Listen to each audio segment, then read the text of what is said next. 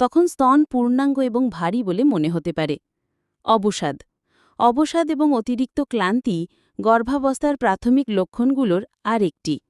গর্ভাবস্থার শুরুতে হরমোন প্রজেস্টেরনের মাত্রা অনেক ঊর্ধ্বে থাকে। এই হরমোনের মাত্রা তখন এতটাই বেশি থাকে যে এই হরমোনের ক্রমবর্ধমান প্রভাবে আপনি ক্লান্তি বোধ করতে পারেন। একই সময়ে আপনার রক্তের শর্করার পরিমাণও কমে যেতে পারে। সামান্য রক্তপাত কখনো কখনো সামান্য রক্তপাতও গর্ভাবস্থার প্রাথমিক উপসর্গ।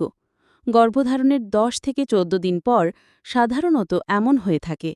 এই ধরনের রক্তপাত হালকা রঙের হয়ে থাকে, তবে এটা দীর্ঘস্থায়ী হয় না। বমি বমি ভাব কিছু নারীদের গর্ভধারণের 2 সপ্তাহ পর এই উপসর্গ দেখা দেয়। আসলে ইস্ট্রোজেনের মাত্রা বারবার বাড়ার কারণেই এমনটি হয়ে থাকে। প্রায় অর্ধেকের মতো গর্ভবতী নারী তাদের দ্বিতীয় মাসের শুরুর দিকে এই বমি ভাব থেকে মুক্তি পায়, আর বাকিদের ক্ষেত্রে এই সমস্যা